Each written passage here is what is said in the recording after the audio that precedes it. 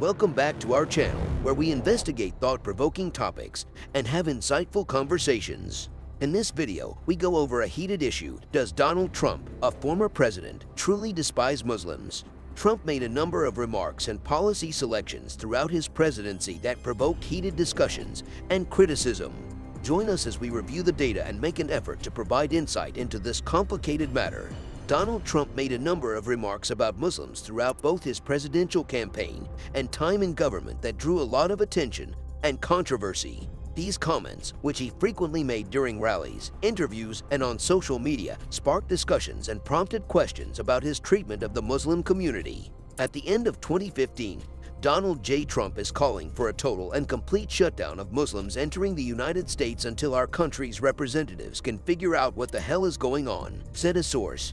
In response to terrorist acts like the ones in Paris and San Bernardino, this declaration advocated for a temporary ban on Muslims entering the country. Widespread criticism was leveled at it, with detractors claiming that it infringed on religious freedom and fueled Islamophobia. In March 2016, "I think Islam hates us. There's a tremendous hatred there." Trump asserted in an interview that he thinks there is significant anti-American animosity inside Islam. The arguments over Trump's understanding of Islam and how Muslims should be treated have become more heated as a result of this statement. President Trump reposted 3 videos in November 2017 that had originally been posted by Jada Franson, the deputy leader of the extreme right-leaning British political party Britain First. These videos allegedly depicted violent Muslim behaviors, and the captions implied that they posed a larger threat.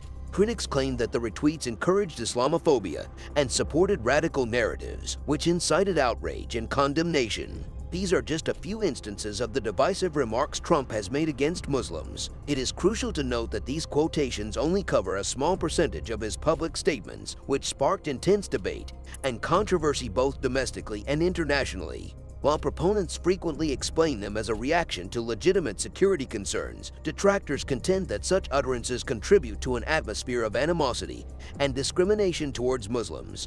Awareness of the responses that these words sparked requires an awareness of the environment in which they were spoken. Trump's statements frequently coincided with significant terrorist attacks, which increased public apprehension and fear. Opponents counter that these statements perpetuated prejudices and bigotry by oversimplifying complicated topics and helping to paint Muslims in a poor light as a collective. Donald Trump carried out a number of actions while in office that some perceived as deliberately targeting Muslims.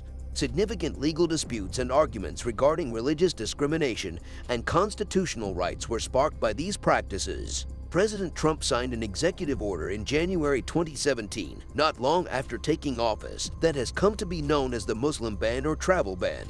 In its first form, the order prohibited temporary admission into the United States for nationals of Iran, Iraq, Libya, Somalia, Sudan, Syria, and Yemen, all of which have a significant Muslim population.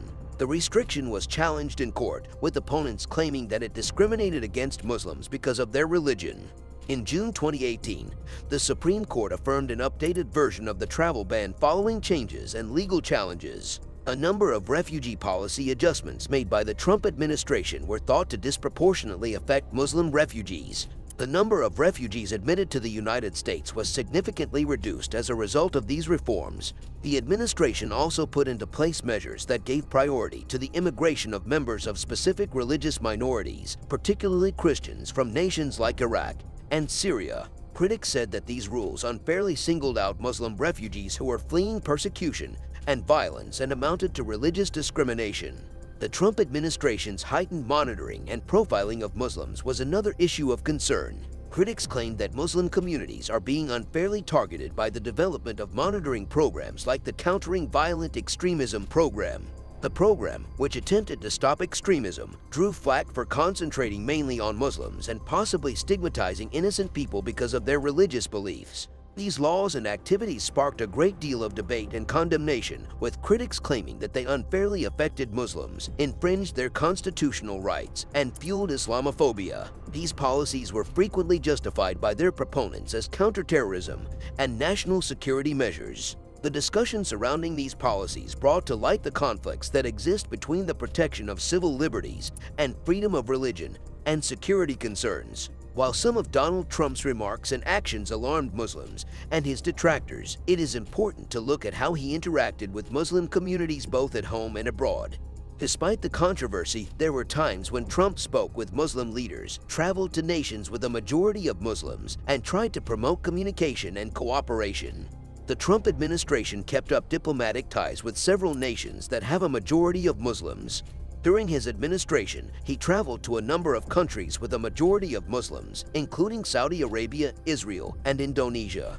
These trips aim to develop economic cooperation, strengthen existing relationships, and address security issues in the region. In his direct interactions with Muslim organizations and leaders, Trump emphasized the value of cooperation in the fight against terrorism and extremism. For instance, in Saudi Arabia, he served as the host of the Arab Islamic American Summit, which brought together political figures from Arab and Muslim majority nations to discuss methods of tackling extremism. The fight against terrorism and extremism, especially those carried out by extreme Islamist organizations, was given priority by the Trump administration.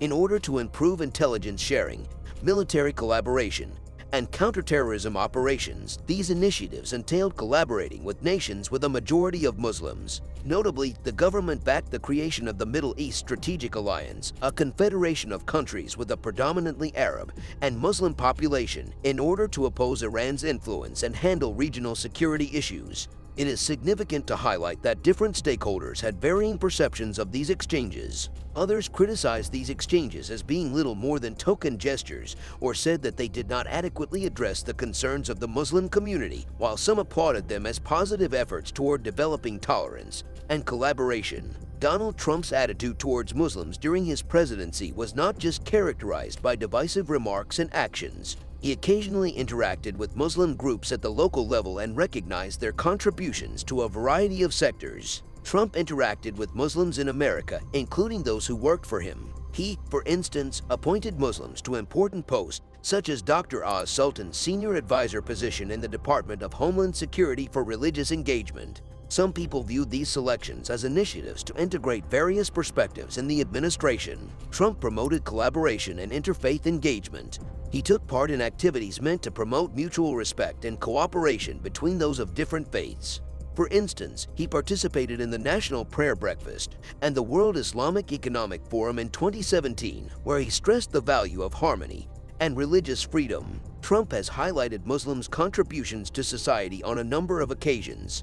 For instance, he acknowledged the sacrifices made by Muslims in this effort while mentioning the alliance between the United States and nations with a majority of Muslims during his first speech to Congress in 2017. These actions and statements were viewed by some as attempts to bridge divides and recognize the diversity within the Muslim community. Supporters argue that they provide a more nuanced perspective of Trump's attitude towards Muslims beyond the controversies and negative portrayals. Understanding the range of interactions Trump has had with Muslim communities during his presidency gives us a more complete picture of the complexity of his Muslim policy and the differing views on the administration's activities.